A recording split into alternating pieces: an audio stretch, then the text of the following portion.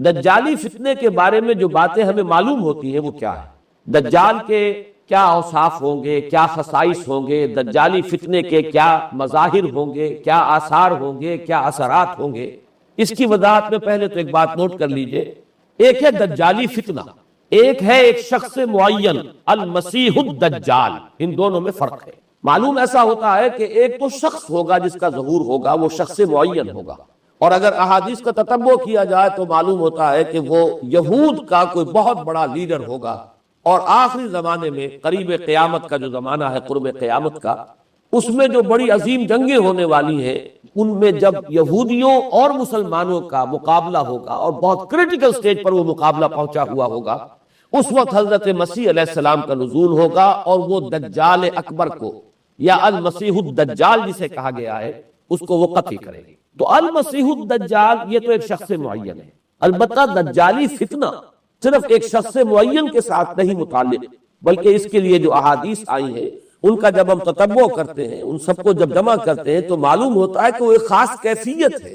ایک خاص دور میں کچھ ایسی کیفیات پیدا ہو جائیں گی کہ جن کو دجالی فتنے سے تعبیر کیا گیا ہے۔ وہ کیفیات کیا ہے؟ میں کچھ احادیث کے حوالے سے وہ میں نوٹ کر کے لایا ہوں، آج آپ کے سامنے رکھ رہا ہوں۔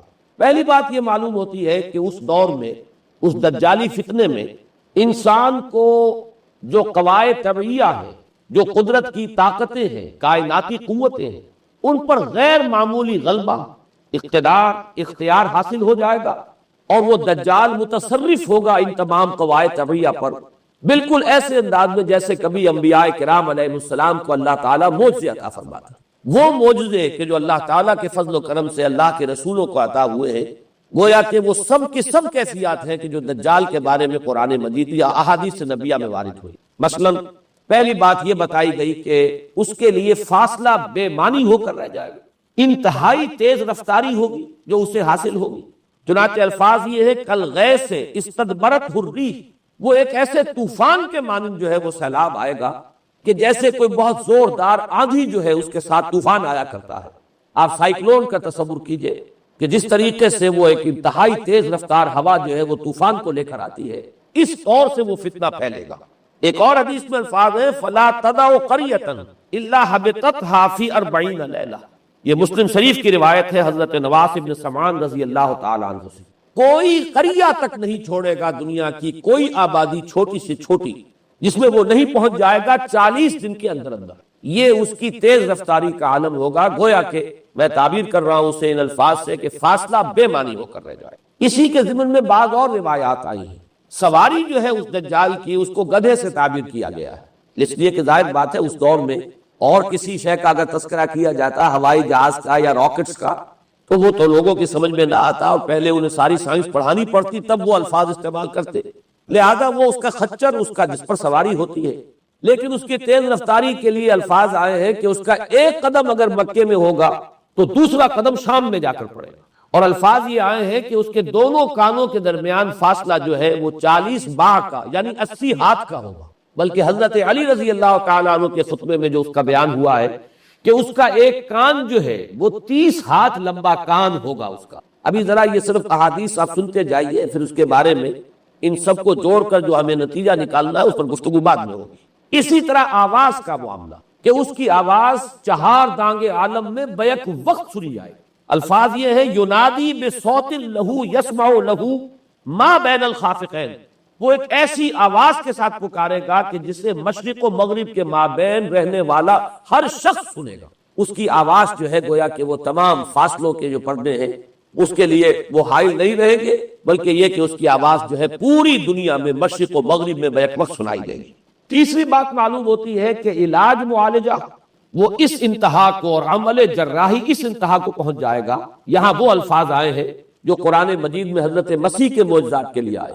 حضرت مسیح کے الفاظ میں ابرئ الاکمہ والابرص، کہ میں مادر ذات اندھے کو اور جو کوڑھ کا مرض، تو ان دونوں کو میں ٹھیک کر دیتا ہوں۔ حضرت مسیح علیہ السلام صرف ہاتھ پھیرتے تھے، اور مادر ذات جو نابینا ہے، اندھا، بینائی اس کی آ جاتی تھی، اور کوڑھی جو ہے اس کے جسم پر ہاتھ پھیرتے تھے، اس کا کوڑھ درست ہو جاتا تھا۔ ابرئ الاکمہ والابرص، وہی الفاظ آئے حدیث میں کہ دجال کو یہ قدرت حاصل ہو جائے گی۔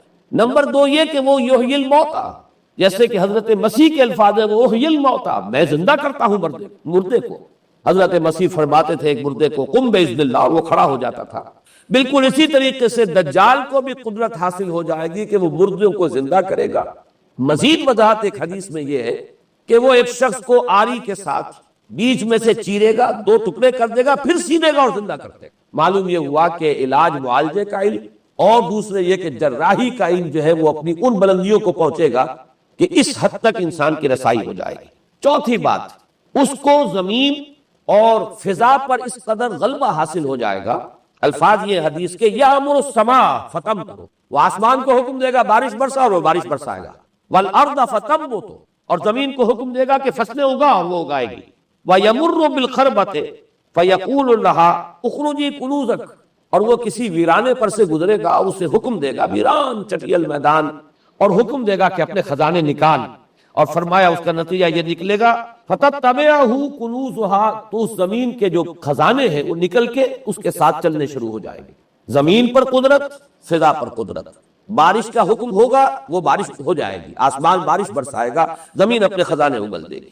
پانچویں بات، وَيُبْعَثُ مَعَهُ الشَّيَاطِينُ عَلَى صُورَةٍ مَنْ مَاتَ، اس کے ساتھ کچھ ایسے شیاطین مبعوث ہوں گے کہ جو ان صورتوں کو اختیار کریں گے ان لوگوں کی جو مر چکے ہیں، من الآباء والامہات والمعارف، جو آباء و اجداد اور مائیں اور دادیاں اور جو بھی جان پہچان والے لوگ ہیں جو فوت ہو چکے ہوں گے، وہ ان کی صورت اختیار کریں گے۔ فَتَأْتِيَ أَحَدَهُمْ فَيَقُولُ أَلَسْتُ فُلَانًا أَلَسْتَ تَعْرِفُنِي، پھر وہ آئے گا اور وہ شیاطین آئیں گے اور انسان سے کسی سے بات کریں گے، کیا تم مجھے نہیں پہچانتے؟ کیا میں تمہارا فلاں رشتہ دار نہیں ہوں؟ اپنی نشانیاں بیان کریں گے اور لوگ پہچانیں گے۔ یہ وہ احادیث ہیں کہ جن کا جو نتیجہ نکلتا ہے اس کو پہچان لیجئے۔ وہ نتیجہ یہ ہے کہ حضور صلی اللہ علیہ وسلم نے دجالی فتنے کے جو اوصاف بیان کیے یا جو علامات بیان کی، ان کا حاصل یہ ہے کہ سائنس اور ٹیکنالوجی کی وہ بلندیاں انسان کو حاصل ہو جائیں گی کہ جو چیزیں کبھی رسولوں کے معجزوں سے ظہور پذیر ہوتی تھی، وہ قوانین طبیعہ پر تصرف کے باعث خود انسان کرنے لگے گا۔ یہ ہے در حقیقت حاصل۔ چنانچہ آج آپ دیکھیے وہ جو اس کا گدھا ہے وہ ہمارے آج کل کے ہوائی جہاز ہے، اور آپ کو معلوم ہے کہ یہ رڈار جو ہیں ان کے ہوائی جہازوں کے، یہ بالکل اینڈز پر ہوتے ہیں ان کے بازوؤں پر، اور یہی ان کے کان ہیں، انہی سے انہیں وہ معلومات حاصل ہوتی ہیں۔ خود ان کی لمبائی چوڑائی جو ہے وہ کتنی ہے، اور پھر یہ کہ ان کے درمیان فصل جو ہے وہ 80 ہاتھ کا یا 40 بار کا وہ موجود ہے، اور جہاز کی ایک اڑان اب تو کئی بات پہنچ گئی کہ آپ کو معلوم ہے کہ پوری دنیا کے گرد بھی ایک جہاز جو ہے وہ چکر لگا لیتا ہے چند گھنٹوں کے اندر۔ لیکن یہ ہے کہ عام جو رفتار ہے اس میں بھی ایک پڑاؤ سے دوسرے پڑاؤ تک، ایک جگہ سے جس کو ہاپ کرنا کہتے ہیں، یہ بھی کم سے کم 500-700 میل کا عام طور پر سفر جو ہے وہ جہاز طے کر رہا ہے۔ اسی طریقے سے ہماری جو سائنس کی، خاص طور پر جو طبی سائنس ہے، اب اس میں جس طریقے سے کہ زندہ رکھا جاتا ہے انسانوں کو، اور وہ ویجیٹیبل چاہے کہا گیا ہے ان کو ہیومن ویجیٹیبلز، لیکن یہ کہ دل کی دھڑکن بھی چلائے جا رہے ہیں، خوراک بھی پہنچا رہے ہیں، آدمی جو ہے وہ زندہ سال ہا سال تک زندہ پڑا رہتا ہے۔ اور یہ کہ سرجری بعض جانوروں پر تو یہ بات ہو چکی ہے کہ کاٹے گئے ہیں اور پھر ان کو سی دیا گیا ہے، جوڑ دیا گیا ہے۔ یہ تمام جو بھی معجزے ہیں اس وقت سائنس دکھا رہی ہے۔ اسی طرح اگر یہ معجزہ دیکھنا ہو کہ زمین لقدق زمین، جہاں کہیں کوئی آثار نہیں تھے کسی ایک پتے تک کے اگنے کے، اگر وہاں لہلہاتے ہوئے آپ کو چمن دیکھنے ہو، تو ویسے سب سے پہلے تو یہ معاملہ ہوا تھا اسرائیل نے جو کر کے دکھایا تھا، لیکن اب تو آپ ابو ظبی چلے جائیے، سعودی عرب میں چلے جائیے۔ سعودی عرب کے اندر حال یہ ہے کہ آپ اگر ہوائی جہاز سے سفر کریں ریاض سے جدہ تک، تو آپ کو جگہ جگہ بڑے سرکولر پیچز نظر آئیں گے جہاز سے، نہایت گرین، اور اس کے اندر جو ہے آرٹیفیشل اریگیشن کے ذریعے سے، اور بہت عمدہ وہاں کاشت ہو رہی ہے، اور بہت خوبصورت فارمز جو ہے وہ تمام کے تمام سرکولر پیچز، اس لیے کہ جو اریگیشن ہوتی ہے وہ ان ویلز کے ذریعے سے ہوتی ہے کہ جو ایک سرکل میں چلتے ہیں، اور پانی کی وہ آرٹیفیشل بارش جو ہے وہ ہوتی رہتی ہے۔ باقی یہ کہ فضا سے آرٹیفیشل رین، یہ تو بہت ہی سادہ سی بات ہے کہ فضا کے اندر ایٹماسفیرک کنڈیشنز کو ذرا تبدیل کیا جائے تو بارش آ جاتی ہے۔ اور باقی رہ گیا آواز کا یہاں سے وہاں جانا، وہ تو آواز ہی نہیں ہے، تو آپ صورتیں دیکھ رہے ہیں۔ آپ کو نیو یارک میں بیٹھا ہوا خطاب کرے، آپ پوری دنیا کے اندر جہاں چاہیں، وہ آل ورلڈ اینٹینا آپ کے پاس صرف ہونا چاہیے، باقی یہ کہ آپ دنیا کے کسی بھی گوشے میں بیٹھے ہوئے کسی شخص کا خطاب جو وہ سن سکتے ہیں۔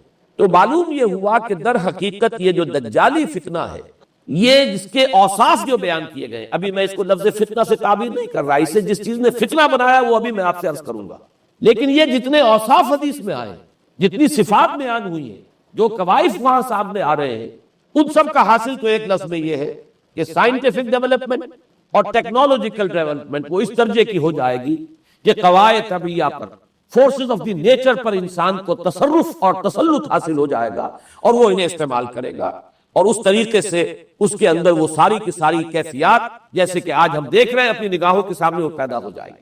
اب سوال یہ ہے کہ اس شے کو فتنہ کس چیز نے بنایا؟ یہ بات سمجھ لیجئے، جہاں تک سائنسی ترقی کا تعلق ہے، تکنیکی ترقی کا تعلق ہے، یہ چیزیں فی الاصل فتنہ نہیں ہے، یہ تو وہ علمہ آدم الاسماء کلہا کا ظہور ہے۔ اللہ تعالیٰ نے ازل میں حضرت آدم علیہ السلام کو جو صلاحیت عطا فرما دی تھی، یہ ایکسفولیشن ہے اس کا ظہور ہے۔ جیسے کہ آم کی گٹھلی میں آم کا درخت ہے، لیکن ظاہر بات ہے کہ اس کو درخت بننے میں وقت لگتا ہے، پہلے وہ 2 پتے نکلتے ہیں، پھر وہ بڑھتا ہے معاملہ، کئی سال میں جا کر وہ درخت جو ہے وہ جوان ہوگا، وہ پھل دے گا۔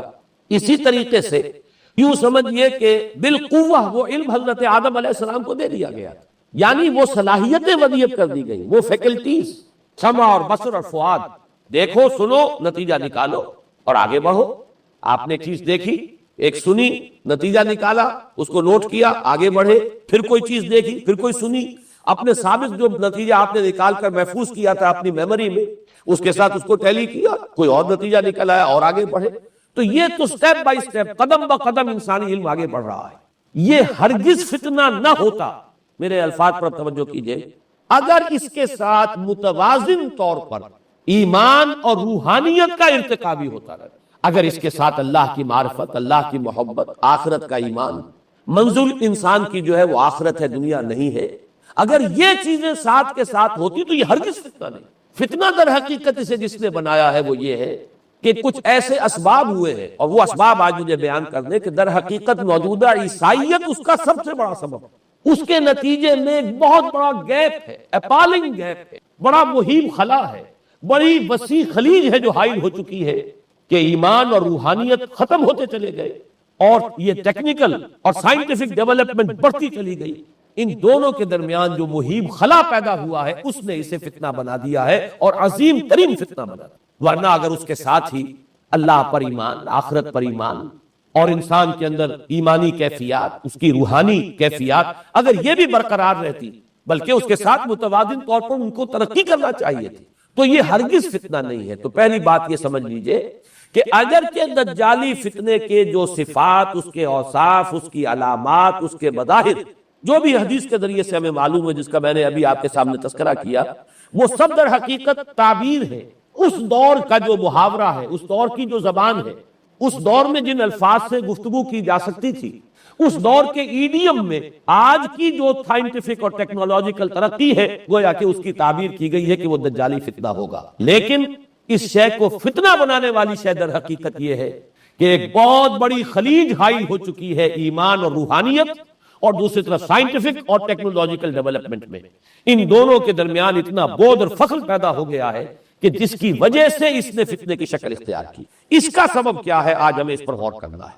دیکھیے حضرت مسیح علیہ السلام کا دین، اور جیسا کہ میں نے عرض کیا اس سورہ کہف کے پہلے رکوع میں تذکرہ انہی کا ہو رہا ہے، وَيُنذِرَ الَّذِينَ قَالُوا اتَّخَذَ اللَّهُ وَلَدًا مَا لَهُم بِهِ مِنْ عِلْمٍ وَلَا لِآبَائِهِمْ كَبُرَتْ كَلِمَةً تَخْرُجُ مِنْ أَفْوَاهِهِمْ يَقُولُونَ أَإِلَّهُ كَذِبٌ فَلَعَلَّكَ بَاخِعٌ نَفْسَكَ عَلَىٰ آثَارِهِمْ إِن لَّمْ يُؤْمِنُوا بِهَٰذَا، اور رسول آنے والا نہیں تھا۔ اللہ تعالیٰ کی طرف سے اس دین کو، اس شریعت کو ایک پروٹیکشن حاصل ہے، لہذا ایک جزء کی حد تک گمراہی جو ہے پھیل سکی، کل پر محیط نہیں ہوئی۔ لیکن بدقسمتی سے دین مسیحی کے بارے میں یہ ہوا کہ کچھ عرصے تک تو کشمکش رہی ہے۔ اصل دین مسیحی پر بھی جو کاربند لوگ تھے اور جو اس کے اوپر مستقیم رہے، وہ قائم کچھ عرصے تک رہے ہیں، لیکن ہوتے ہوتے تقریباً اس دور تک آ کر جب کہ حضور کی بعثت ہوئی ہے، اصل دین مسیحی کے ماننے والے تقریباً ختم ہو چکے تھے، شاذ لوگ رہ گئے تھے، اور ان میں بھی یہ جرت نہیں تھی کہ اپنے اصل دین کا وہ اظہار کر سکے، بلکہ ہوتے ہوتے ان 600 سالوں کے اندر یہ ہوا کہ وہی پالزم جو ہے در حقیقت اس نے ہی مسیحیت کی شکل اختیار کر لی۔ یہ پالزم جو ہے یہ ہے در حقیقت، یوں سمجھیے کہ ادیان عالم کی تاریخ میں سب سے زیادہ گمراہ کن مذہب، جس کا رد عمل پیدا ہوا ہے یورپ میں جس نے کہ اس دجالی فتنے کی شکل اختیار کی ہے، میں یہ چاہتا ہوں کہ اس کے ضمن میں چند باتیں آج آپ کے سامنے رکھوں۔ پال نے جو دین مسیحی میں یا دین اسلام میں جو صحیح دین ہے اللہ کا، اس میں 3 تبدیلیاں بنیادی کی۔ سب سے پہلا تو وہی جو قرآن کہہ رہا ہے الذین قالوا اتخذ اللہ ولدا، مسیح کو، حضرت مسیح علی نبینا علیہ الصلوۃ والسلام، انہیں خدا کا بیٹا قرار دیا گیا۔ اور اس میں بھی نوٹ کیجئے بیٹے کے لیے عربی زبان میں 2 لفظ ہیں، ابن اور ولد۔ ابن کا لفظ ذو معنیین ہے، 2 معنی ہیں اس کے۔ ابن بیٹے کو بھی کہتے ہیں، اور ابن کا کوئی معنوی تعلق بھی ہو سکتا ہے، صرف بیٹا نہیں۔ ابن السبیل مسافر کو کہتے ہیں، راستے کا بیٹا، یعنی چونکہ راستے کے ساتھ اس کا ایک تعلق ہے، راستہ چل رہا ہے، وہ تو ابن السبیل ہے۔ ابن الوقت، وقت کا بیٹا، وہ وقت کا بیٹا اس معنی میں نہیں ہے، بلکہ یہ کہ جو ہر وقت جو ہے حالات کے مطابق گرگٹ کی طرح اپنے رنگ بدلتا چلا جائے، چلو تم ادھر کو ہوا ہو جدھر کی، وہ ابن الوقت ہے۔ تو ابن الوقت اسی طریقے سے جو میں نے دوسری مثال دی ہے، ان کو اگر آپ سامنے رکھیں گے تو معلوم یہ ہوا کہ ابن کے تو دونوں معنی ہو سکتے ہیں، لیکن ولد یہ بالکل مخصوص ہے اولاد کے معنی میں۔ ولد یہ تو گویا کہ صلبی اولاد۔ اور عیسائیت وہ ہے مذہب کہ جس نے کہ بدترین شرک کی صورت اختیار کی ہے، اور ان کے ہاں عقیدے میں یہ الفاظ ہیں کہ مسیح اللہ کا، خدا کا صلبی بیٹا ہے، تاکہ کوئی شک نہ رہ جائے کہ کوئی اور نسبت ہے جسے ابن سے تعبیر کیا گیا، کوئی اور تعلق ہے جس کے لیے یہ لفظ اختیار کیا گیا، صلبی کا لفظ استعمال کیا گیا ہے کہ یہ خدا کا صلبی بیٹا ہے۔ اور یوں سمجھیے اب اس کا جو نتیجہ نکلا کہ بیٹا اگر کسی کا ہے تو ظاہر بات ہے کہ وہ ہم جنس ہے، ہم نوع ہے اپنے باپ کا۔ انسان کا بیٹا انسان ہوگا، سید زادہ جو ہے سید کا بیٹا سید ہوگا، مغل کا بیٹا مغل ہوگا، گھوڑے کا بیٹا گھوڑا ہوگا، گدھے کا بیٹا گدھا ہوگا۔ معلوم یہ ہوا کہ بعین ہی جو کچھ باپ ہوتا ہے وہی بیٹا ہوتا ہے۔ لہذا اس لفظ نے در حقیقت شرک کی بدترین صورت اختیار کی کہ بالکل اللہ کے برابر، اللہ کا ہم نوع۔ گویا کہ بدترین شرک جو ہے شرک فی الذات ہے، اور شرک فی الذات کی بدترین صورت یہ ہے کہ جو عیسائیت میں آئی ہے کہ حضرت مسیح علیہ السلام کو اللہ کا صلبی بیٹا قرار دیا گیا۔ اب اس کے نتیجے میں چونکہ ظاہر بات ہے کہ آخر بائبل بھی موجود تھی، اس بائبل کو ایک دم کیسے ختم کر دیتا سینٹ پال؟ سینٹ پال کہیں یا بہرحال میں تو لفظ سینٹ اس کے ساتھ استعمال نہیں کرنا چاہتا، لیکن چونکہ ہمیں یہ ہدایت ہے قرآن مجید کی بھی کہ جو باطل معبود بنا لیے جاتے ہیں انہیں بھی ہم کو ان کے لیے توہین والے الفاظ استعمال نہ کرے، لہذا میں یہ لفظ استعمال کر رہا ہوں، ورنہ جی تو چاہتا ہے کہ کوئی اور لفظ اس کے لیے استعمال کیا جائے۔ لیکن جو بھی اس وقت دنیا میں اس کا معروف نام ہے پال، سینٹ پال، تو اس نے چونکہ ظاہر بات ہے کہ پوری بائبل کو کیسے ختم کر دیتا، ایک دم تورات کو کیسے ختم کر دیتا؟ تورات تو آج تک چلی آ رہی ہے بائبل کے ساتھ ملی ہوئی، the old testament, the new testament, یہ دونوں مل کر بائبل بنتی ہے۔ لہذا اب گورکھ دھندا بنانا پڑا انہیں، وہ تسلیس والا گورکھ دھندا، 3 میں 1 1 میں 3، توحید بھی ہے تسلیس بھی ہے، 3 میں 1 1 میں 3۔ اور یہ وہ شے ہے کہ جس نے عقیدے کا تعلق عقل سے منقطع کر دیا۔ اس سے سمجھ میں آنے والی بات ہے، 3 میں 1 1 میں 3 ایک گورکھ دھندا ہے۔ نتیجہ انہوں نے یہ نکالا کہ ڈوگما در حقیقت اس کا عقل سے کوئی تعلق نہیں، ڈوگما بس عقیدہ ہے، اور اس عقیدے ہی کے اوپر سارے دین کی بنیاد ہے، باقی وہ عقل میں آئے نہ آئے، عقل کے لیے قابل قبول ہو یا نہ ہو۔ یہ بات اچھی طرح سمجھ لیجئے کہ اگرچہ ہمارے ہاں ہم بھی یہ بات کہتے ہیں کہ بہت سے حقائق جو ہے کائنات کے وہ ایسے ہیں کہ جن تک عقل کی رسائی نہیں، اس کے لیے ہم مجبور ہیں، محتاج ہیں وحی کی ہدایت کے۔ لیکن 2 چیزوں میں فرق کیجئے، ایک ہے عقل سے ماورا ہونا اور ایک ہے عقل کے خلاف ہونا۔ ان دونوں چیزوں میں زمین و آسمان کا فرق ہے۔ ایک وہ حقائق ہے کہ جو عقل از خود ان تک رسائی حاصل نہیں کر سکتی، لیکن جب وہ سامنے آتے ہیں تو عقل تسلیم کرتی ہے کہ ہاں یہ بات سمجھ میں آتی ہے۔ ایک وہ چیزیں ہیں کہ جن کو عقل تسلیم نہیں کرتی، تو ایک ہے مخالف عقل، ایک ہے ورائے عقل۔ ان دونوں میں زمین و آسمان کا فرق ہے۔ ہمارے دین میں تو عقل کو اپیل کیا گیا ہے، لعلکم تعقلون، لعلہم یعقلون، اولو الالباب الذین یعقلون۔ اب ظاہر بات ہے کہ عقل کو ہاتوا برہانکم ان کنتم صادقین، لاؤ دلیل اپنی، تو دلیل سے عقل سے اپیل کی گئی۔ اور اس میں وہ رشتہ جو میں نے کئی مرتبہ بیان کیا علامہ اقبال کے اشعار کے حوالے سے کہ عقل گو آستاں سے دور نہیں، اس کی قسمت میں پر حضور نہیں، اور گزر جا عقل سے آگے کہ یہ نور چراغ راہ ہے، منزل نہیں ہے۔ منزل تک تو عقل نہیں پہنچائے گی لیکن راستہ تو دکھاتی ہے، اور جب کہ وحی کی روشنی سامنے آتی ہے تو عقل اس کی تصدیق کرتی ہے۔ یہ ہے ہمارا موقف اور یہ ہے عقلی معقول موقف۔ لیکن عیسائیت نے بلکہ کہنا چاہیے پالزم نے. مجھے یہاں پر لفظ عیسائیت اب استعمال کرنا نہیں چاہیے، اس لیے کہ حضرت عیسیٰ سے اب اس کی نسبت نہیں رہی. حضرت عیسیٰ سے اس کی نسبت جو ہے یہ مس نومر ہے، یہ غلط نام ہے. دی 100 کا مصنف جو ہے ڈاکٹر مائیکل ہارٹ، اس نے یہ بہت بڑی بات کہی. اس نے کہا در حقیقت موجودہ جو عیسائیت ہے اسے پالزم کہنا چاہیے. یہ پالزم ہے، کرسچینٹی نہیں. اس لیے کہ در حقیقت حضرت مسیح علیہ السلام کی تعلیم جب تک وہ دنیا میں تھے وہ یہ نہیں تھی کہ جو پال نے دی. البتہ اس نے پال کو بہت بڑا شخص مانا، اس میں کوئی شک نہیں، اس لیے کہ اس نے تاریخ کے ایک دھارے کا جو ہے وہ رخ موڑ دیا ہے. اللہ تعالیٰ کے صحیح دین کو گویا کہ قلع قمع کر کے ایک نیا دین اس طریقے سے پھیلایا ہے کہ آج بھی شاید دنیا میں کثیر ترین تعداد عیسائیت ہی کے نام لیواؤں کی ہے، واللہ عالم، یا شاید گوتم بدھ کے ماننے والوں کی ہے. بہرحال یہ کہ بہت بڑی تعداد میں آج حضرت مسیح علیہ السلام کی طرف جو منسوب ہے غلط طور پر دین، اس کے نام لیوا دنیا میں ہے. اس اعتبار سے وہ یقیناً اس کا تو حق لگتا ہے کہ اس کا نام بھی اس کتاب میں آئے کہ جس نے تاریخ کے اوپر اثرات اپنے پیدا کیے. اور حضرت مسیح علیہ السلام جب تک دنیا میں تھے عیسائیت کی حقیقت بنی اسرائیل یا یہودیت کے ایک فرقے سے زیادہ نہیں تھی. ڈیٹیچ نہیں ہوا تھا یہ دین حضرت موسیٰ علیہ السلام کے دین سے. لیکن یہ کہ پال نے اسے بالکل ایک مستقل بذات ایک جدا گانا دین کی شکل دے دی ہے، تو یہ پالزم ہے. پالزم نے در حقیقت سب سے پہلا کام یہ کیا کہ عقل سے بالکل تعلق منقطع کر دیا. عقیدہ، ڈوگما جو ہے وہ خلاف عقل، جو بات عقل میں آئے نہ آئے بس ماننی. تو پہلی تو یوں سمجھیے کہ نقب جو لگی ہے دین کے اندر وہ اس تسلیس کے حوالے سے، اور تسلیس کا گورکھ دندہ خلاف عقل، لہذا ڈوگما کی جو کا لفظ جو استعمال ہوا ہے کہ بس اس کو تو ہم مانیں گے چاہے وہ عقل کے لیے قابل قبول ہو چاہے نہ ہو. دوسرا اس سے بھی زیادہ آپ دیکھیے ایک سے ایک بڑھ کر اینٹ رکھی جا رہی ہے. خشت اول چون حد میں مار کر تاثریہ امیر ود دیوار کر. دوسرا کفارے کا عقیدہ جو مبنی ہے صلیب کے عقیدے پر. مسیح نے انتہائی ذلت کی موت، یعنی صلیب کی موت جو ہے وہ خود کہتے ہیں کہ انتہائی ذلت کی موت ہے. یہ ذلت کی موت کا پیالہ اس لیے پیا تاکہ اس کے ماننے والوں کی طرف سے کفارہ ادا ہو جائے. مسیح کفارہ ادا کر چکا ہے، اب جو شخص بھی مسیح کو مان لے گا اس کی گویا کہ نجات ہو گئی. اس کا عمل سے کوئی تعلق، عمل ہو نہ ہو، بد کردار ہو، اچھا کردار والا ہو، نیک ہو، بھلا ہو، جیسا بھی ہو، برا ہو، بدماش ہو، لچا ہو، لفنگا ہو، مسیح کو مان لے صرف ماننے پر. اس لیے کہ مسیح تو اس کی طرف سے کفارہ پیش کر چکا. سارے گناہوں کا کفارہ جو ہے مسیح نے انتہائی ذلت آمیز موت جو ہے قبول کر کے گویا کہ اپنے ماننے والوں کے تمام گناہوں کا کفارہ دے دیا. یہ دوسرا عقیدہ. اس کا نتیجہ کیا نکلا؟ تسلیس نے عقل سے تعلق توڑ دیا تھا مذہب کا، اس نے عمل سے تعلق توڑ دیا. ڈوگما ہی ڈوگما ہے، نہ عقل سے کوئی تعلق نہ عمل سے کوئی تعلق نہیں رہا. دین کی جڑیں جو ہے دونوں اعتبار سے، دین کو نام ان دو چیزوں کا الا الذین آمنوا وعملوا الصالحات، دونوں کی گویا کہ جڑیں منہدم ہو گئی، بنیادیں منہدم ہو گئی، جڑیں کاٹ دی گئی کہ نہ اس کا تعلق عقل کے ساتھ ہے نہ عمل کے ساتھ. تیسری بات آئی ہے، اس نے کہا شریعت منسوخ. یہ عجیب ہے، دیکھیے جسے آئرنی آف فیٹ کہتے ہیں انگریزی زبان میں.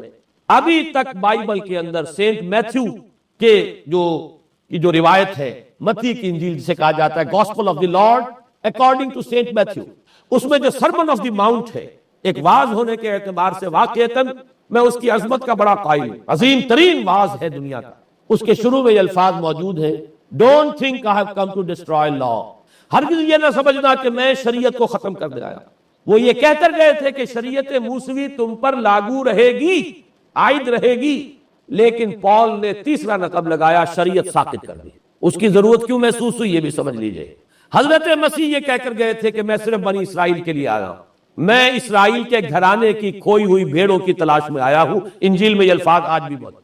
حضرت مسیح نے اپنے حواریین کو جب بھیجا ہے کہ اب جاؤ تبلیغ کرو میری طرف سے، اس کی ہدایتوں میں ایک ہدایت یہ بھی ہے کہ تمہیں صرف اسرائیلیوں تک تبلیغ کرنی ہے، باہر نہیں. میں صرف اسرائیلیوں کی طرف رسول بنا کر بھیجا گیا ہوں. یہ الفاظ بھی موجود ہیں. اگرچہ اس وقت کے انجیل میں جو الفاظ ہے وہ تو میں سمجھتا ہوں کہ حضرت مسیح علیہ السلام کے شایان شان نہیں ہے، وہاں کوئی نہ کوئی تحریف ہوئی ہے لفظی، اس لیے کہ وہاں تشبیہ یہ دی گئی ہے کہ کوئی اپنے بچے کے حصے کی روٹی جو ہے کتے کے آگے نہیں ڈالتا. گویا کہ جینٹائلز جو ہیں غیر بنی اسرائیلی، انہیں اس جملے کی روح سے انہیں کتوں سے تشبیہ دی جا رہی ہے کہ میرے پاس میرے بچوں کے حصے کی روٹی ہے، میرے بچے ہیں اسرائیلی، میری روٹی جو ہے یہ جو میرے پاس ہے وہ اسرائیلیوں کے لیے ہے. کوئی اپنے بچوں کے حصے کی روٹی کتے کو نہیں کھلاتا. یہ جملہ تو میں سمجھتا ہوں حضرت مسیح کا نہیں ہو سکتا، لیکن یہ ہدایت کہ تمہیں تبلیغ صرف اسرائیلیوں میں کرنی ہے، یہ قرآن مجید کی روح سے ثابت ہے. اس لیے کہ قرآن بھی یہ کہتا ہے کہ رسولاً الی بنی اسرائیل، حضرت مسیح علیہ السلام رسول بنا کر بھیجے گئے تھے بنی اسرائیل کی طرف. اس لیے کہ وہ یوں سمجھیے کہ جسے ہمارے ہاں عام اصطلاحات میں علماء کہا کرتے ہیں تاج و تخت ختم نبوت، وہ تاج و تخت ختم نبوت تو ابھی منتظر تھا محمد الرسول اللہ صلی اللہ علیہ وسلم کی آمد کا، کہ وہی آئیں گے تو انہی کی بعثت ہوگی پوری نوع انسانی کی طرف. آپ سے پہلے کسی رسول کی بعثت پوری نوع انسانی کی طرف نہیں ہوئی بشمول حضرت مسیح علیہ السلام. ہر جو ہے رسول جو آیا ہے آپ سے پہلے اپنی اپنی قوموں کی طرف آیا ہے. لیکن اس پول نے کیا کیا؟ پہلے تو یہ اصول توڑا. ہم اس دین مسیحی کی یا جو پولزم ہے اس کی اب تبلیغ کریں گے غیر اسرائیلیوں میں بھی. وہاں انہیں دقت پیش آئی، شریعت موسوی بڑی بھاری شریعت ہے. اب وہ بھاری شریعت جو ہے اس کو قبول کرنا تو لوگوں کے لیے آسان نہیں. انہوں نے یہ کیا کہ یہ شریعت تم پر ساقط، شریعت کا بوجھ تم پر نہیں، برڈن آف لا یہ تمہارے لیے نہیں ہے. اور میں یہاں مثال دے دینا چاہتا ہوں، بین ہی تاریخ نے اپنے آپ کو دہرایا ہے. عبداللہ ابن سبا نے جو فتنہ شروع کیا تھا ہمارے ہاں، ہماری تاریخ میں جو اس کے اثرات پھر پیدا ہوئے ہیں، ان میں سے ایک جو ہے وہ شکل وہ اسماعیلیت والی ہے، کہ اسماعیلیت نے بھی بین ہی یہی شکل اختیار کی ہے. ہندوستان میں آ کر جب اسماعیلی داعیوں نے جب تبلیغ کی ہے تو شریعت ساقط کر دی. آج آپ کو جو اسماعیلی ملیں گے ان کے ہاں کوئی شریعت نہیں ہے، کوئی نماز نہیں، مسجد ان کی ہوتی نہیں، جماعت خانہ ہوتا ہے، وہ کلب گھر ہے، آتے ہیں جمع ہوتے ہیں کھانا کھاتے ہیں، اللہ اللہ خیر صلی اللہ کو باتیں چیتیں کرتے ہیں. ان کے اوپر شریعت ہے ہی نہیں، نہ روزہ ہے نہ نماز ہے. اور بین ہی وہی جو اختیارات میں ابھی آپ کو بتاؤں گا کہ جو پوپ کے ہیں وہی ان کے امام حاضر کے اختیارات. بہرحال تیسری نقب جو میں نے عرض کیا آپ سے وہ یہ تھی کہ شریعت منسوخ، اس کا نتیجہ کیا نکلا؟ اب دیکھیے ذرا غور کیجئے، ایک بہت بڑا خلا پیدا ہو گیا، وہ خلا کون پر کرے گا؟ شریعت کے بارے میں سارے اختیارات اب پوپ کو حاصل. وہ جس چیز کو چاہے حلال کر دے، جس چیز کو چاہے حرام کر دے، جس چیز کو چاہے قرار دے دے کہ یہ ممنوع ہے، جس چیز کی چاہے اجازت دے دے. اس لیے کہ اب شریعت تو نہیں، خلا ہے، اس میں سوالات تو پیدا ہوتے، یہ کام کیا جائے یا نہ کیا جائے، کون کرے گا؟ تو جب شریعت ختم ہوئی تو سارا اختیار پوپ کے ہاتھ میں آ گیا ہے. یہ میں بعد میں ذرا اور تفصیل سے بتاؤں گا کہ کیسے کیسے اختیارات پھر مذہبی طبقے کے ہاتھ میں آئے ہیں. اس کے نتیجے میں تاریخ انسانی میں ورسٹ فارم آف تھیوکریسی پیدا ہوئی. تھیوکریسی کسے کہتے ہیں؟ جو آج کی اصطلاح میں گالی تھیوکریسی.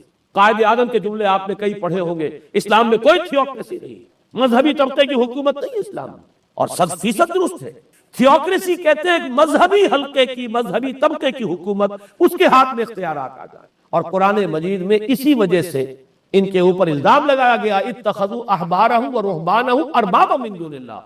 انہوں نے اپنے علماء اور صوفیوں کو اللہ کے سوا اپنے معبود بنا لیا. حضرت عدی ابن حاتم رضی اللہ تعالی عنہ جب ایمان لائے، یہ حاتم طائی جو مشہور ہے سخاوت میں، ان کے بیٹے ہیں، قبیلہ طے سے ان کا تعلق ہے. حاتم طائی تو طے سے ہے، ان کے بیٹے عدی ہیں، یہ عیسائی تھے.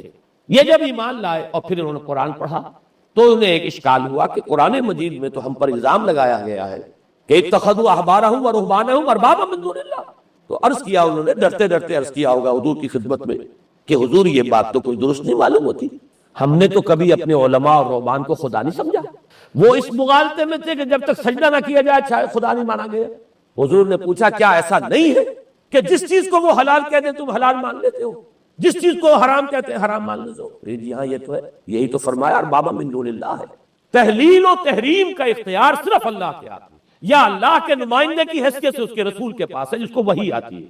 اس کے بعد کسی کو اختیار نہیں ہے. اجتہاد کر سکتا ہے لیکن اجتہاد کے لیے دلیل دینی ہوگی نص سے.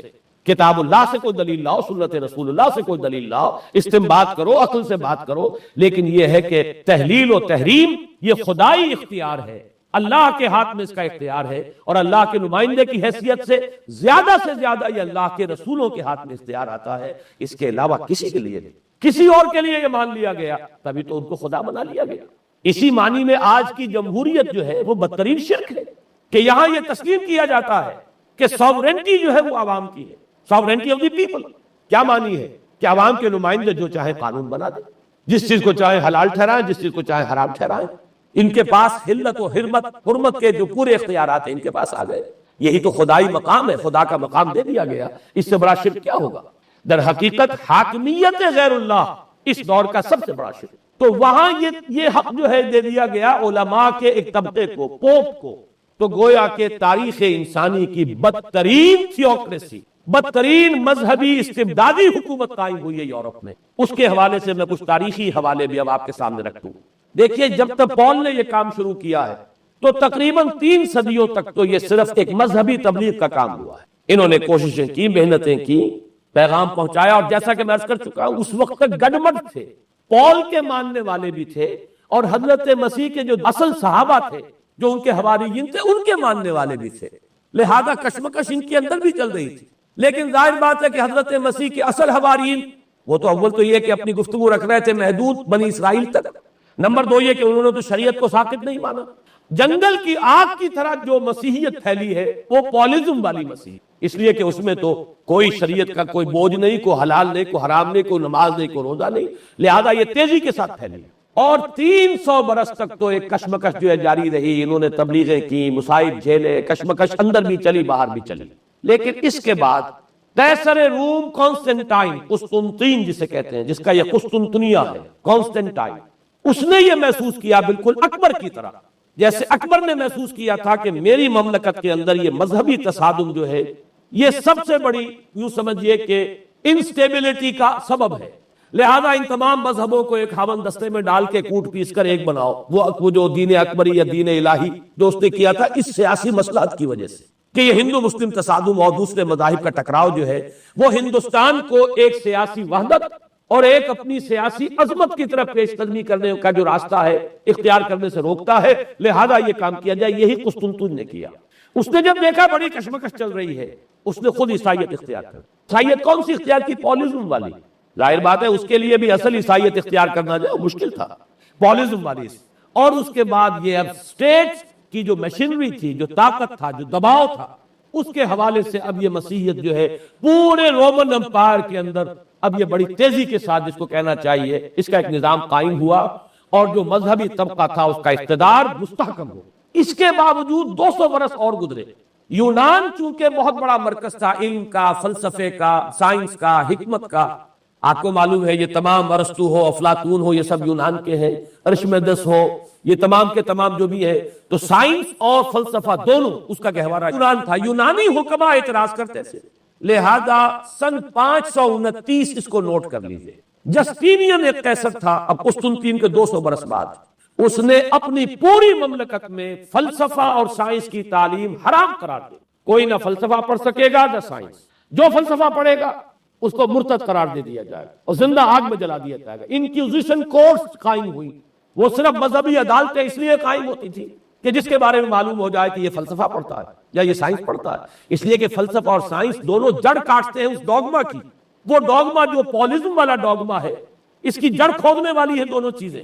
اور چونکہ وہ دونوں عقل کو اپیل کرتی ہیں، یہ ڈوگما عقل کے متضاد ہے.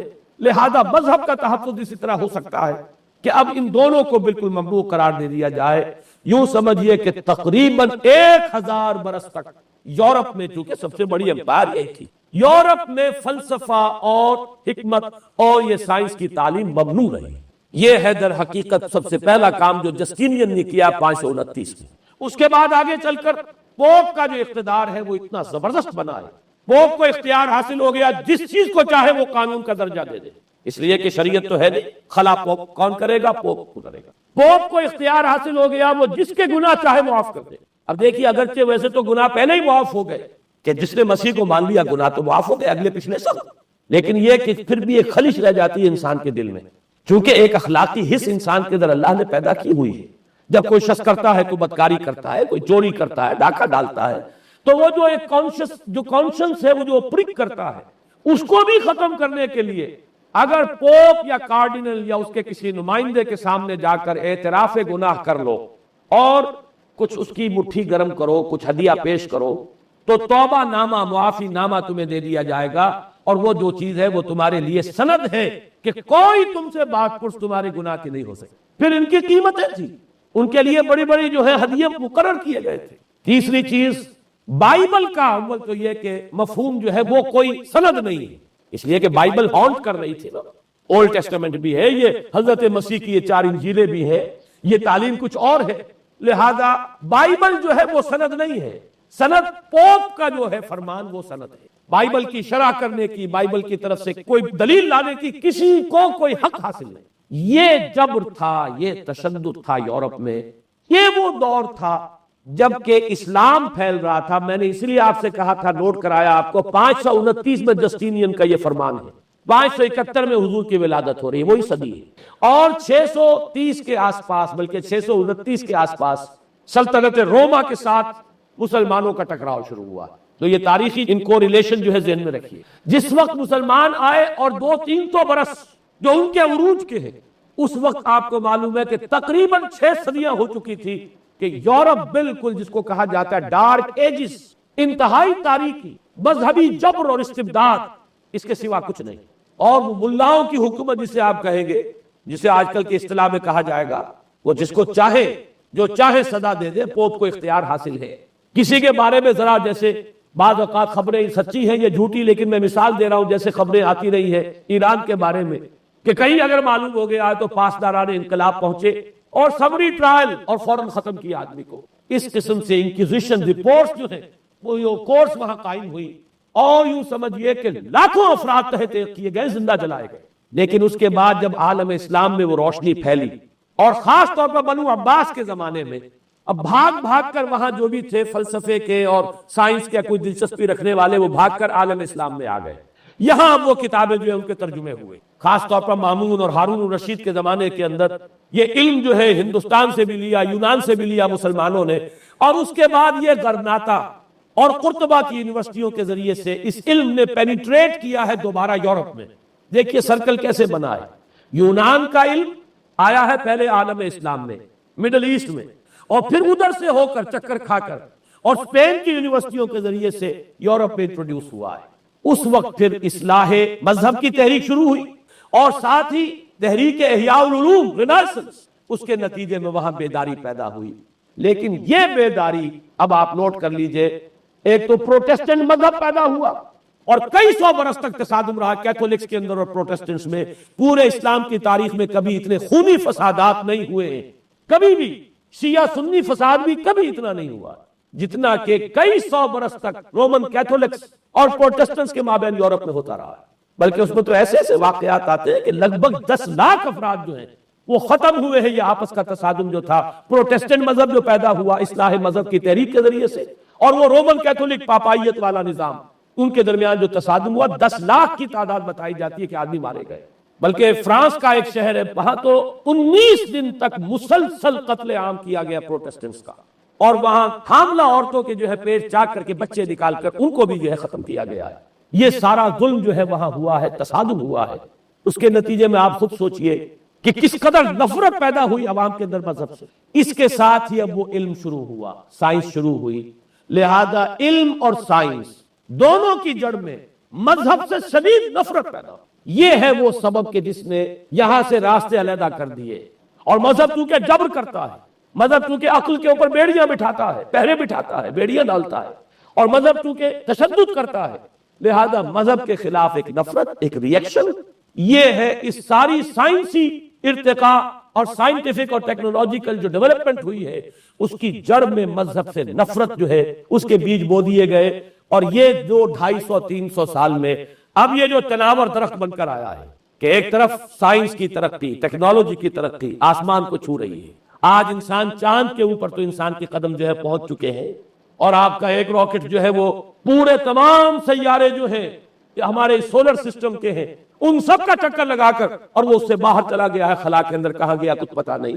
لیکن یہ کہ تقریباً یوں سمجھئے کہ سن 77 کا چلا ہوا وہ، اور 12 برس تک اس نے سفر طے کیا ہے، کم سے کم سولر سسٹم کا جو ہے اس نے پورا جو ہے احاطہ کیا ہے۔ اور جو میں نے آپ کو وہ احادیث سنائی، ان کے حوالے سے بات کیا سمجھ میں آئی کہ یہ سائنٹیفک، ساری کی ساری سائنٹیفک ڈیولپمنٹ، یہ ٹیکنالوجیکل ڈیولپمنٹ، لیکن چونکہ اس کے ساتھ مذہب کا انکار ہے، خدا پر ایمان نہیں ہے، آخرت کا یقین نہیں ہے، روح کا گویا کہ انکار، روحانیت تو بہت دور کی بات ہے، روح کا بھی انکار۔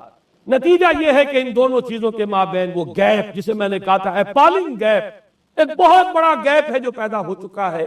اب میں حدیث آپ کو سنا رہا ہوں، بخاری شریف میں جو روایت ہے، حضور نے فرمایا کہ دجال کے ماتھے پر لکھا ہوا ہوگا کافارا، کفر۔ الفاظ یہ ہے انہ مکتوب بین عینیہ کافارا، علیحدہ علیحدہ، یقرأہ کل مومن کاتب و غیر کاتب، وہ اس طرح نمایاں لکھا ہوا ہوگا کہ ہر شخص اسے پڑھ لے گا، چاہے وہ لکھنے والا ہو چاہے نہ ہو، لکھا پڑھا ہو چاہے نہ ہو۔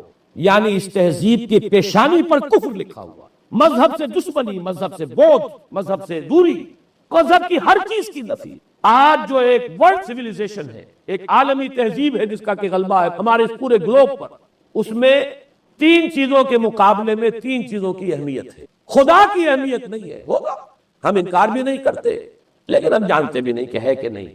ہاں، اہمیت کائنات کی ہے، غور کرو، کائنات کے قوانین کو سمجھو، ایکسپلائٹ کرو، قوت جو ہے نیچر کی قوت اس کو مسخر کرو، اس کو استعمال کرو۔ ہوگا خدا، ہے یا نہیں ہے چھوڑو اس بحث کو، اصل اہمیت جو ہے وہ کائنات۔ اسی طرح اصل اہمیت اس جسم کی ہے، مادے کی ہے۔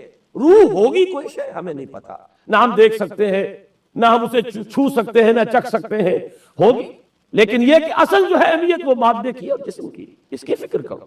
اسی طریقے سے حیات دنیاوی، اصل شے حیات دنیاوی ہے، اس کو بناؤ، سنوارو، بہتر سے بہتر زندگی گزارو، ویلفیئر سٹیٹ ہو، بہت ہی عمدہ ماحول ہو اور ہر چیز کو، لیکن حیات اخروی ہوگی۔ اب تو آرام سے گزرتی ہے، آخرت کی خبر خدا جاتا ہے یا نہیں ہے، اس سے ہمیں کوئی بحث نہیں۔ تین چیزوں کے مقابلے میں تین چیزوں کی اہمیت، یا یوں کہیے کہ تین چیزوں کے مقابلے میں مقابل کی تین چیزوں کو بالکل غیر اہم، اس کی طرف کوئی توجہ ہی نہیں۔ توجہ کا ارتکاز کائنات پر ہے، ذات باری تعالیٰ پر نہیں۔ ذات و صفات باری تعالیٰ ایک صرف علمی موضوع ہے، اصل توجہ کی شے کائنات سے۔ روح ہوگی کوئی شے، اصل شے جسم ہے اور مادہ ہے۔ حیات اخروی ہمیں نہیں پتا، کسی نے واپس آ کر خبر نہیں دی مرنے کے بعد، لہذا ہم نہیں کہہ سکتے ہے کہ نہیں ہے۔ البتہ یہ کہ حیات دنیا بھی تو ہے، اس کو مضبوطی کے ساتھ تھامو، اس کو بہتر بناؤ۔ توجہ کا اصل ارتکاز حیات دنیاوی پر۔ یہ ہے وہ گلوبل سویلائزیشن جو در حقیقت یورپ سے ابری، اور یورپ سے ابری ہے، اس کی بنیاد میں مذہب کی دشمنی موجود تھی۔ جو رد عمل تھا در حقیقت اس پاپائیت کے نظام کا، جو پولزم کے ذریعے سے دنیا میں قائم ہوا، یہ وجہ ہے۔ اور آج انسان جہاں کھڑا ہے، غور کیجئے، انتہائی ہولناک جنگ جو ہے وہ اس کے سر پر ایک خطرے کے طور پر مسلط ہے۔ دو جنگیں اس ایک صدی میں ایسی ہو چکی ہیں جنہیں اپنے ورلڈ وار 1 اور ورلڈ وار 2 اتنے بڑے پیمانے پر قتل و غارت دنیا میں پہلے کبھی نہیں، اس لیے کہ پہلے فوجوں کی جنگیں ہوتی تھی، آبادیوں پر جا کر کہیں کوئی قتل عام ہو گیا، ورنہ یہ کہ قبضہ لیا، پہلے وہ کسی اور کی ریت سے اب کسی اور کی ریت ہو گئی۔ آیا بابر، آیا اس نے پانی پت کے میدان کے اندر ابراہیم لودھی کو شکست دے دی، دلی میں آ کر اس نے کسی کا خون نہیں بہایا، بس وہ آ کے تخت پر قابض ہو گئی۔ کہیں کہیں ہوئے ہیں فتنے یا پھر عذاب الہی آتے رہے ہیں کہ رسولوں کے انکار کی سزا کے طور پر قوم نسیہ منسیہ کی گئی ہے، لیکن جنگیں جو دنیا میں ہوتی تھی، وہ جنگوں کا معاملہ جو ہے وہ اس نوعیت کا ہوتا تھا، وہ فوجوں کے درمیان ٹکراؤ ہوتا تھا، میدان جنگ میں پشتوں کے پشتے لگتے تھے، لیکن اس کے بعد نہیں ہو گیا، کہیں کسی نے بہت غصہ نکال لیا۔ لیکن اس صدی میں اب جو جنگیں ہوئی ہیں اس سے تو ملک کے ملک تہس نہس ہوئے، آبادیاں ختم ہوئی ہیں، اور جو تیسری جنگ ہوگی یہ جان لیجئے، آخر انسان کب تک اسے ٹالے گا؟ رشیا کے بارے میں یہ سمجھنا کہ وہ پیچھے ہٹ گیا ہے، پسپائی اختیار کر لی، اس نے بہت بڑی حماقت ہے۔ وہ در حقیقت اب ڈپلومیسی کی راہ سے سپریمیسی چاہتا ہے، لہذا تصادم تو ہو کر رہے۔ مولانا مناظر حسن گیلانی رحمت اللہ علیہ کے خیالات جو ہے وہ مجھے اس سورہ کہف کے ابتدائی آیات کے ضمن میں مجھے ان سے اتفاق ہے، بہت سی چیزیں ان سے ماخوذ ہیں۔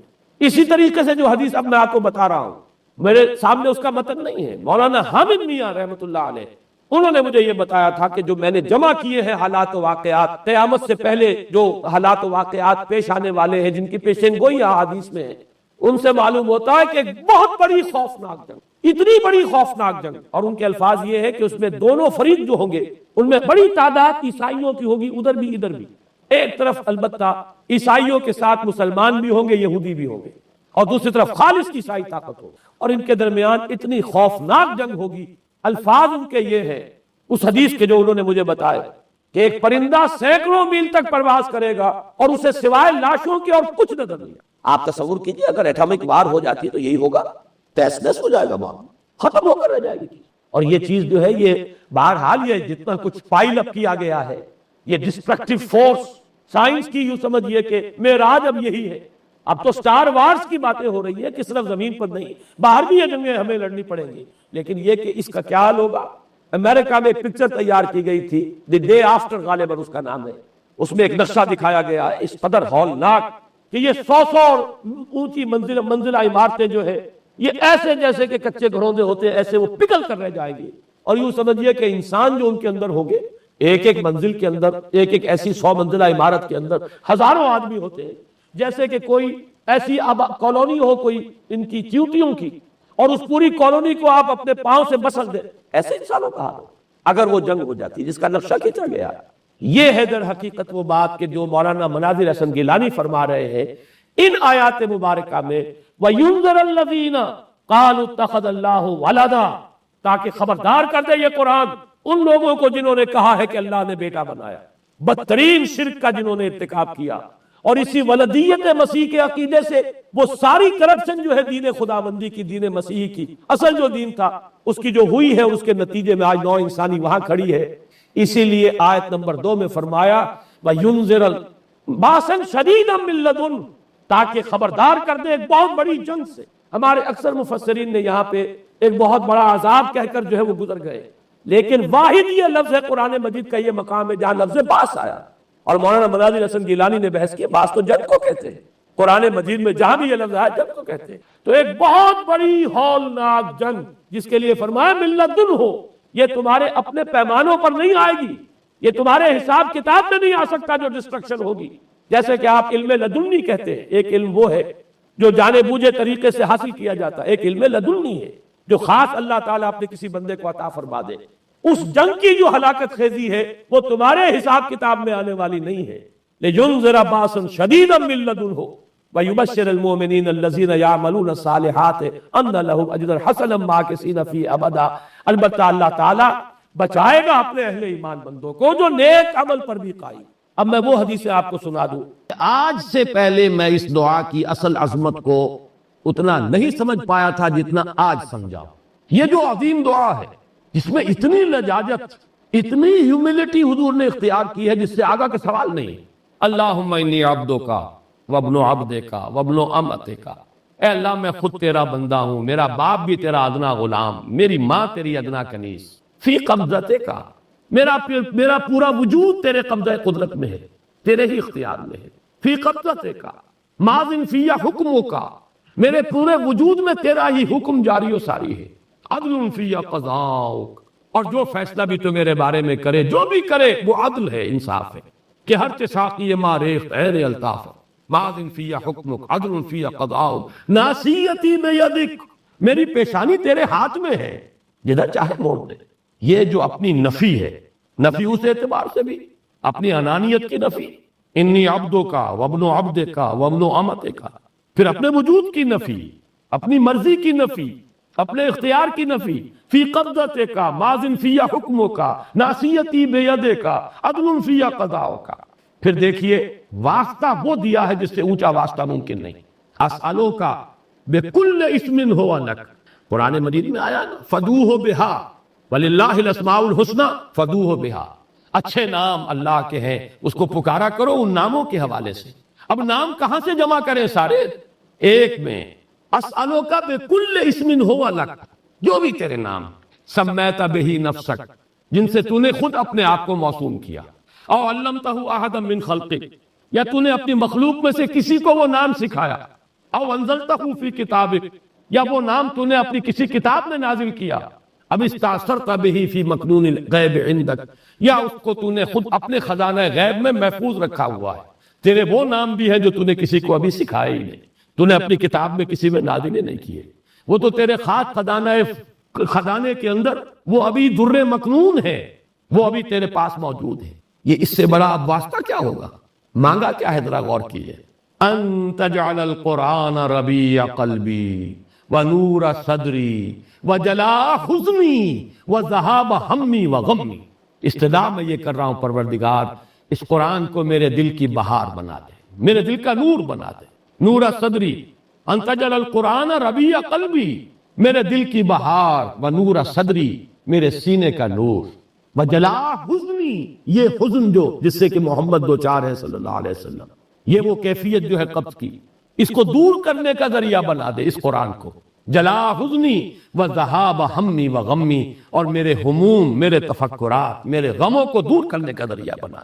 یہ عظیم دعا آج سورۃ الضحیٰ پر غور و فکر کرتے ہوئے، ویسے تو میں تقریباً 30 برس سے اس دعا کا مبلغ ہوں، اس لیے کہ جب میں نے یہاں کام شروع کیا تھا لاہور میں، جو تقریریں کی تھی مسلمانوں پر قرآن مجید کے حقوق کے نام سے جو شائع شدہ ہے، اس پمفلٹ کے آخر میں میں نے یہ دعا درج کی ہے۔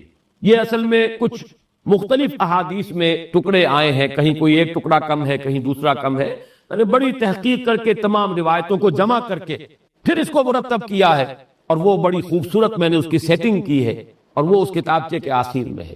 اللہم انی عبدک وابن عبدک وابن امتک فی قبضتک ناصیتی بیدک ماض فی حکمک عدل فی قضاؤک اسألک بکل اسم ہو لک سمیت به نفسک او علمته احدا من خلقک او انزلته فی کتابک او استاثرت به فی مکنون الغیب عندک ان تجعل القرآن ربیع قلبی ونور صدری وجلاء حزنی وذہاب ہمی وغمی۔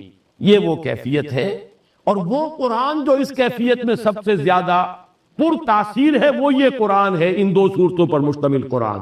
سورۃ الضحیٰ اہم ہے۔ هو الذی خلق الموت والحیات، جس نے پیدا کیا، تخلیق فرمایا ہے موت کو بھی اور حیات۔ اب یہاں پر جہاں تک حیات کا ہمارا تاثر ہے، تصور ہے، وہ تو یہ ہے کہ یہ ایک مثبت وجودی حقیقت ہے، لیکن موت کے بارے میں ایک مغالطہ ذہنوں میں بیٹھا ہوا ہے۔